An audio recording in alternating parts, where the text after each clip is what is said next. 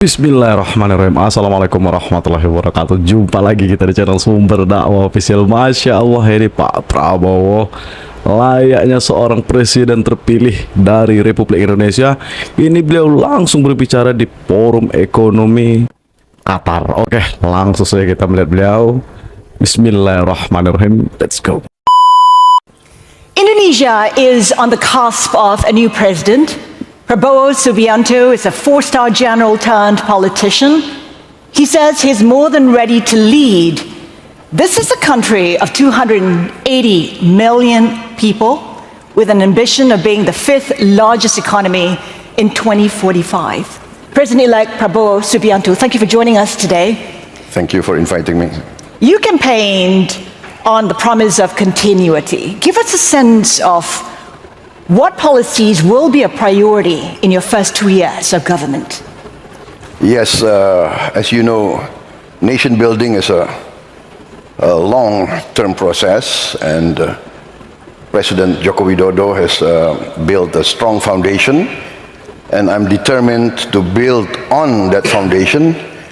And my core focus will be first on food security. Indonesia must be self-sufficient in food, and then energy security, energy self-sufficiency, and we are determined to bring down poverty in a massive campaign, massive effort. I'm determined to get rid of hunger amongst our people, especially the young, and in the end we have to concentrate on processing our natural resources. We have to make a great effort in downstreaming and to industrialize, and all of this needs good governance. I'm determined to cut down corruption, waste, and with that, we are very confident, we are very bullish, we are very determined to bring this all about. All very ambitious if you want to do it within your first term, which is 5 years. Can you achieve a growth target of beyond 5% in order for you to fulfill what you have set out to do? In my conversation with Bapak Joko Widodo, he said that he's laid the foundation, he's implemented all the policies, put in place infrastructure needed for Indonesia to grow at 7%. Can you achieve 7% or more in the 5 years of government? Pasti. I'm very confident. I've talked to my experts, I've studied the figures. I'm very confident we can easily achieve 8%. And I am determined to go beyond. 8% within the 5 years, the first year, second year, and when you go beyond, are you looking at double-digit growth? I would say within 2-3 years, yes. You talked about downstreaming. What are the other growth drivers for you? Or would downstreaming be key to you achieving 7, 8, 9% growth? Downstreaming will take several years. What will be a growth driver in the first years will be our concentration on agriculture, food production, food distribution, and energy. We want to go green in a very quick way. We want to produce our diesel from palm oil, and this will be a very strong growth driver. Amin. You know, we import $20 billion every year for diesel oil. So can you imagine the savings we will have when we will switch to biofuel? Indonesia has often said it is open for business. Yet, I think a lot of investors say it's adopted protectionist policies, limits on the export of nickel, coal, palm oil.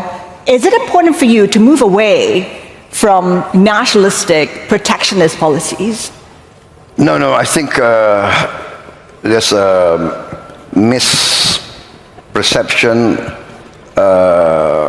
We are not protectionist. What we are doing is very logical. Every country in the world will fight or will protect the national core interest of their people. And we think that we want to industrialize, and those are our natural resources. We have to protect our interest in the sense that we must get the full value, right? We cannot keep importing industrial goods all the time. It's not fair to our people. We will not be an advanced industrial society if we are just a producer of raw materials. I want to touch on your spending plans. When you campaigned, you talked about how you want to provide free lunches, free milk for students, and some are questioning how you will pay for such a program. Can you fund that program if you're unable to perhaps raise the limit of your budget deficit beyond 3%? You've said you can. We have studied this. We have, what do you call it? We studied all the figures, and we are very confident we can do that. Amin, We are amin. very Pasti, confident we pasti. can do that. And this, While keeping your budget deficit at 3%. yes, 3%. And the 3% is something arbitrary. Not many countries hold to that. But we have a tradition of prudent fiscal management. I think we have the lowest debt to GDP figure in the world, one of the lowest. And so now I think it's time to be a bit more daring within good governance.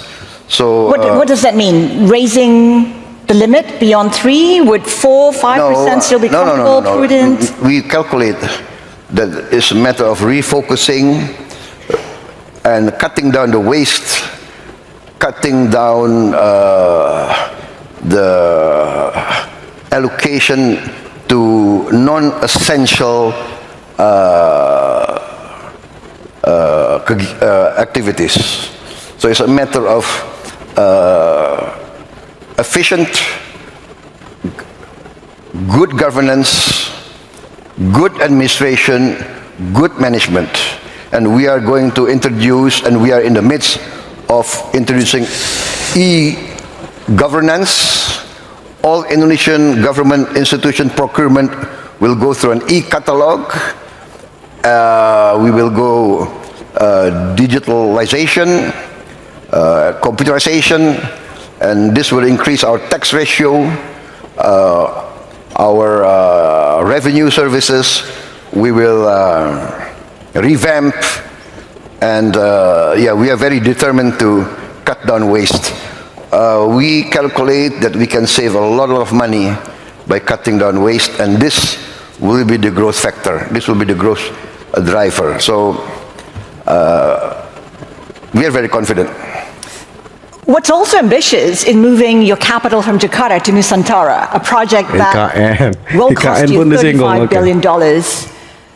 Why is it a worthy cause? Why is it important for you to move the capital? The idea of moving the capital has been around since the first years of our independence. Our first president, President Sukarno, broached this idea. First, the idea was to put our capital in a more central location. Number two, Jakarta, its surroundings, and Java is very, very highly populated. So the ecological burden of Jakarta is tremendous. we are facing a rise in the ocean. It's around between 5 to 10 centimeters a year. And so we have to build a giant seawall. That's one of my programs also. But moving the capital is one way to bring growth outside Jakarta, outside Java, and also in the next few years, before the giant seawall can be completed, which will take maybe 10, 15 years, our capital is safe from inundation. Is funding an issue? Because there's been problems in getting foreign funds into the Nusantara project. Will you be reliant on domestic players, the government, to fund this $35 billion project? Yes, $35 billion, but the calculation is we will need 25 years to 30 years to complete this capital. So if you say $30 billion over 30 years, that's $1 billion a year. Indonesia's economy, Indonesia's budget can carry that. Insyaallah pasti. Pasti bisa. We are very confident. I mean, I believe capital city is a political project, and the main drivers must be the domestic resources, and then the foreign investment will come in later. Bapak Prabowo, you were a general. I was a general. I'm retired. You were a general, and you were with the army for 20 years. You were also 28 years, yes. 28 years. It's a long time. Some people perhaps feel like your policies will be viewed through military eyes. How do you respond to that? I've been out of the military for what? Maybe more than 25 years. So I think it's just it's a, what do you call it? It's a non sequitur. It doesn't relate to any. What kind of leadership style do you think you'll adopt as a president? I will be myself. I will be genuine. What does that mean? That means that you are true to your principles, your values, your ideals. And as a patriot, my main value is the well-being of my people. The well-being of my people. My people must be safe. My people must not be hungry. My people must have a good life. That is the dream of every patriot, of every country in the world. Some people are concerned. Your critics are concerned. You may clamp down on democracy. What do you say to them? Who is concerned? There's some critics who say you may clamp down on democracy. Who is concerned? So you're saying there is no concern about that? Why don't you ask the Indonesian people? I go to elections already 4 times. I go to my people. I ask their consent. 3 times they did not give their consent. This time they give the consent. Where is the concern about democracy? The concern about democracy is, I think, made up by some people in the press. So that would be us then. Each country has their own culture, history.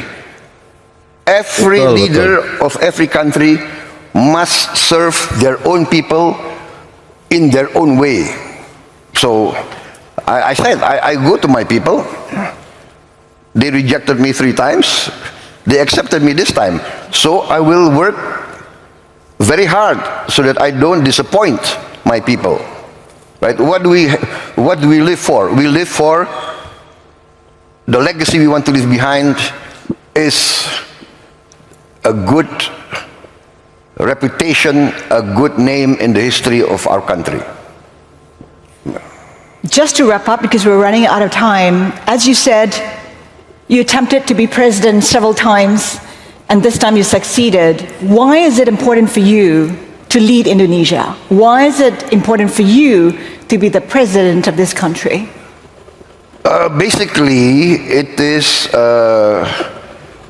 the desire to serve, the people. I grew up in many countries, and I saw my people. Many of them are very poor.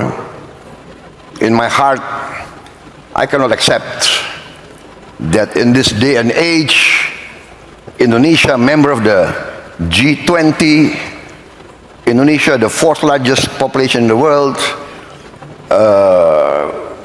many of my people are still living a very, very difficult life. And that is what drives me.